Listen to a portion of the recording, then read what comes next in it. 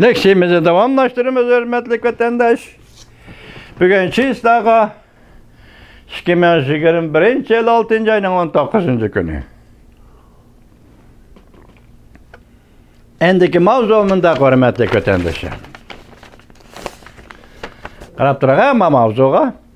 Alyaska shtatida bir qapaz elishqandan keyin Amerika Qo'shma Shtatlarining davlat ishlar kotibi mushu oyning oxirida Jungo diplomatlari bilan yana bir qatam elishdi. Mavzuli xabar 6 ayning 19 kuni Vanvit orbitida e'lon qilindi. Xabar mundaq boshladi.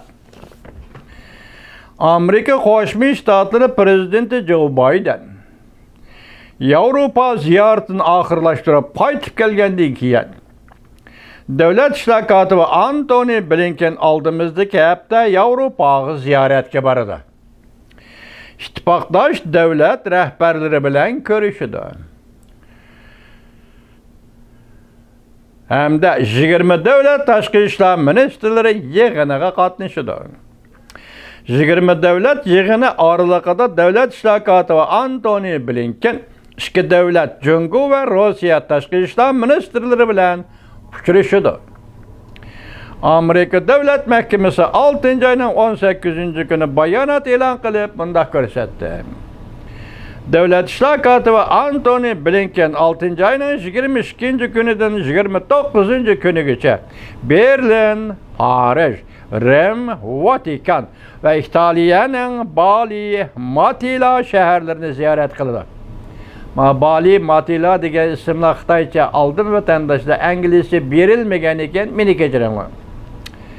Aralıqda Yevropa İttifaqının 2 nafar rahbari Germaniya vaziri Merkel ve Fransiya'nın prezidenti Macron bilan ko'rishdi. Fransiya agentlik xabar qilib mundaq ko'rsatdi. Prezident Joe Biden Yevropa ittifoqdoshlar do'stlik munosabatlarini asliga keltirishni avval o'ylashdi.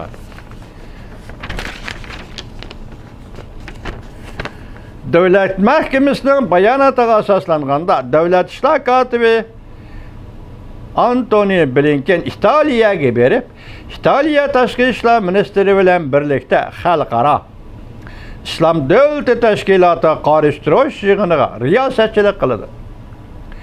Davlat ishlar kotibi Antony Blinken yana Vatikanni ziyorat qilib, Vatikanning yuqori darajalik amaldorlari bilan ko'rishdi.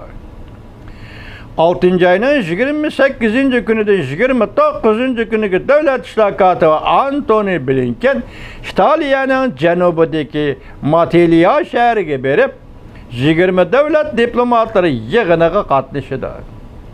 Rossiya ham Jungo 20 davlat yig'iniga a'zo davlatlardir.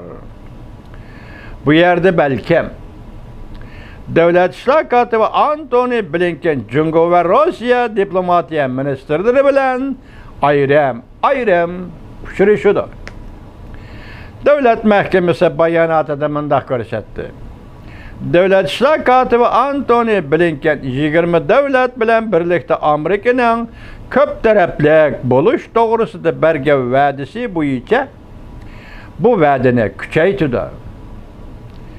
Yuqumliq virusga davomli hamkorlashib taqobil turishni muhokama qildi. Klimat o'zgarishini bartaraf qilishni muhokama qildi.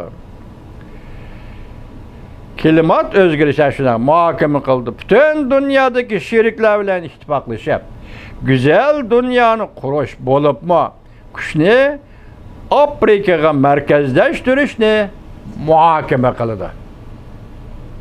Tushundingizmi vatandoshim? Yevropa ittifoqlashib bo'ldi. Mush Yevropadagi ittifoqdosh davlatlarning hammasi o'xshash 20 davlat yig'iniga qatnashdi. Endi 20 davlat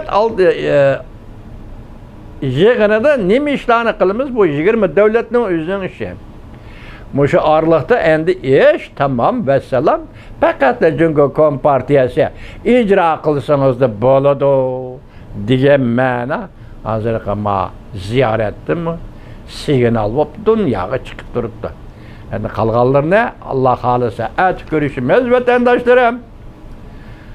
Allah sizlarni salomat qilsin. Yaxshi kunlar yetib kelguncha vatandosh Uyg'ur